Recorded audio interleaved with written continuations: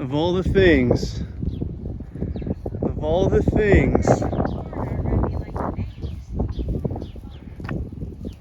just peacocks.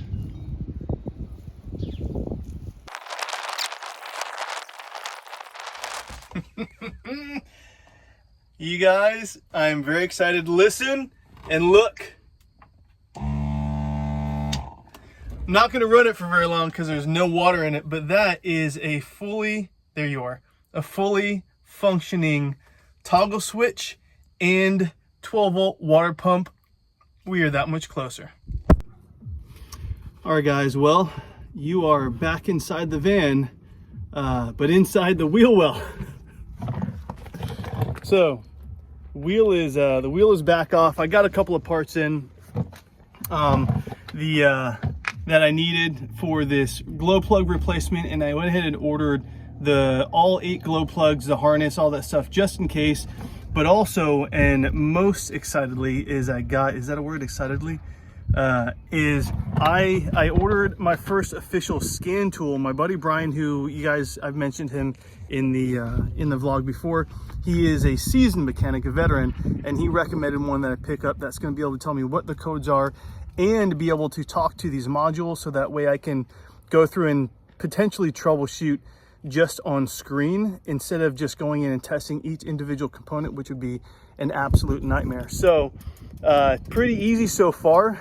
My next move is to remove this inner fender well, I think is what it's called, so that way I can access the glow plugs, which are only about 8 to 10 inches further beyond, and supposed to be pretty easy to get to, and not difficult to replace. So let's get it.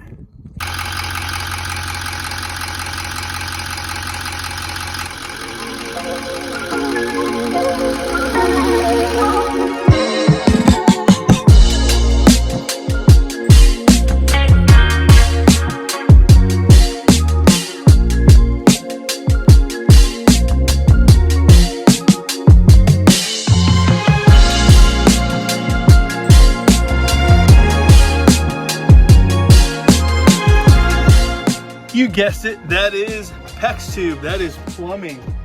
That is plumbing, guys. Got that first line in. It looks like a disaster under there. It's not pretty, but like most of everything else in this build, it's very much a rough draft. So why am I working on plumbing when the van keeps stalling and barely runs?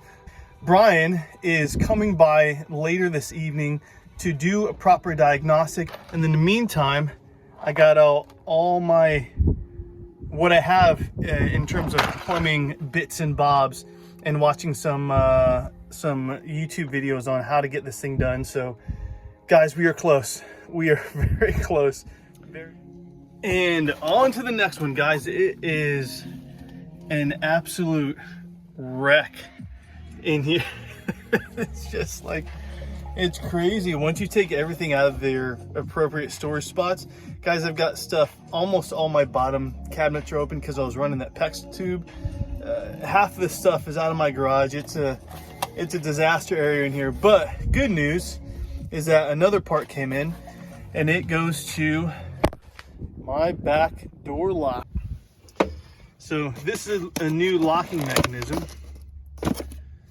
And a couple of weeks ago, the locking mechanism that goes in here broke. There's one cord that goes from here and runs all the way down to the handle, and there's a handle that unlocks at the bottom. So I've had to kind of fiddle with that for the last couple weeks, but the new locking mechanism came in, and basically just 3 screws.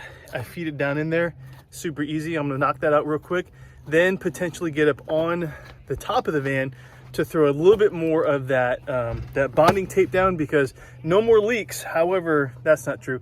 The leaks are like 98% no longer there, but every once in a while I'll get a drop if it's raining hard. So I'm gonna put a little bit more tape up there. What else? I just ordered all the rest of the stuff for my plumbing, I think.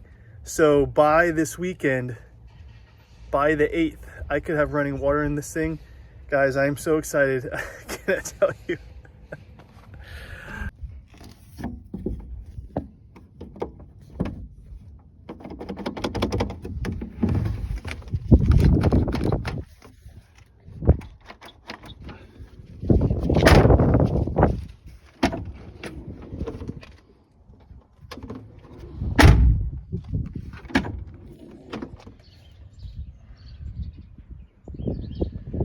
definitely coming from the driver's side.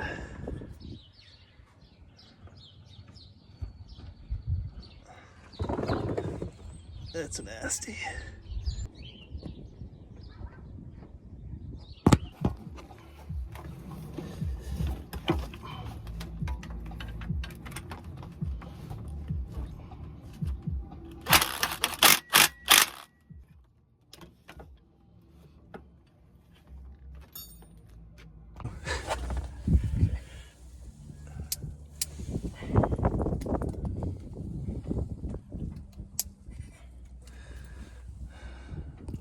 Okay, quick update.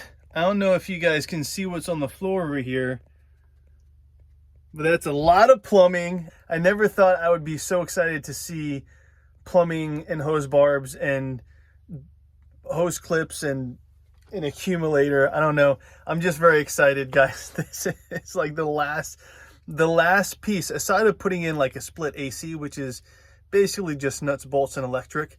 Running a little bit of exhaust, not dissimilar from when I installed the heater, I'm guessing. I'm sure there's some nuance to that, but guys, I am just so excited about completing this piece. Plumbing is the only piece of a van build that I have not yet had experience with. So once I'm done with this entire rough draft that I've been living in on and off for the last few years, I'm going to be able to check that final box, and I believe that I will be ready enough to move on to a non-rough draft build where I will have proper tools, better wood, more luxury items when necessary. I don't know if I'll do luxury items, but I'll give it a luxury look. Anyway, very excited about it, feeling good. And so now I'm about to go in, and while we still have a little bit of daylight, I'm going to go in and so I can get access to where I believe there is a high pressure oil leak in one of the hoses. And if that's the case, if that's true, maybe it solves the problem, maybe not, but it's going to be a whole lot easier than tearing apart the manifolds and pulling off the dummy plugs and getting to the high pressure oil pump. That's a different story. So we'll see. I've got the weekend, well, the rest of tonight and tomorrow to fiddle with it. And if I can't find what I think is a solution by Monday, I'm going to have to take it into the shop. So we'll see. But right now, I'm feeling very good.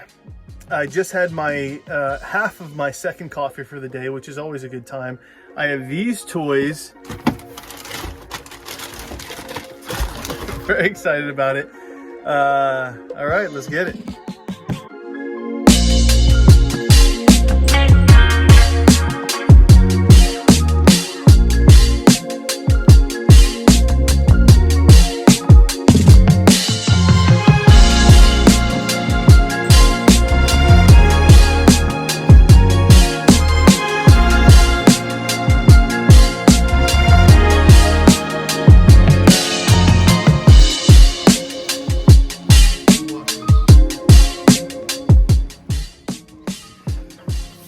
All right, guys, we're doing a little bit more work. I think I fixed it. I just jammed a crowbar in there and it just started working. No, so I've been back and forth both with Anthony and my buddy Brian, who came to help out, and ill-advisedly ChatGPT, but a lot of the symptoms I'm having are pointing towards there was some sort of leak in the upper portion of the engine. And that's what I saw from the doghouse, from the inside of the engine. I was looking at it with my light the other day, and I was like, man, I don't know if this is going to be like a high pressure oil pump issue, because a high pressure oil pump is so much lower, and the oil and all that stuff that's leaking is inside something called a valley, and even on pipes and some stuff that's well above that the high pressure oil pump. So as I'm looking at this thing, like, I disconnected, this is the intercooler pipe, I think, and I'm looking at this, and I'm following it down, and there's like one of those clamps down there, and it is covered with oil. And I just confirmed that on this side of the turbo, which you can kind of see a little bit back there. It's very possible that oil could get in there if there's a potential seal leak in the turbo or something like that. And then of course, leak all down onto where you see it now, like that bundle of wires and all that stuff. So if that's the case, we're gonna pull out the turbo right now, take a look at it, just get a visual inspection, see if there's anything just obvious like seals, whatever else that clearly indicates a leak at a specific location. In any case, that's where we're at with it. We're gonna tear into this thing a little bit more, get a physical look at it, and hopefully that's the issue. Get this thing fixed, and I'll be right on my way.